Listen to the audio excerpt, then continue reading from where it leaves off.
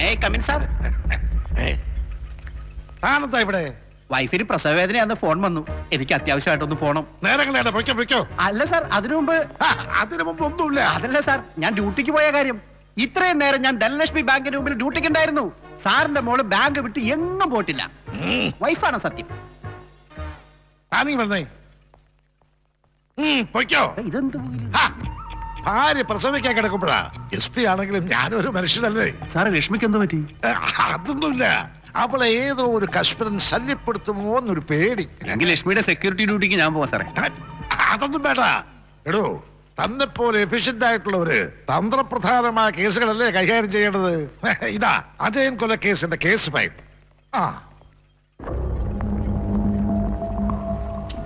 ആലപ്പുഴ തന്നെ ഒരുപാട് ഉള്ളിൽ വട്ടക്കായലിനോട് ചേർന്ന സ്ഥലത്താ 9 മാസം മുമ്പ് അജയൻ എന്നൊരു തൊഴിലാളി നേതാവ് കൊല്ലപ്പെടുന്നത്.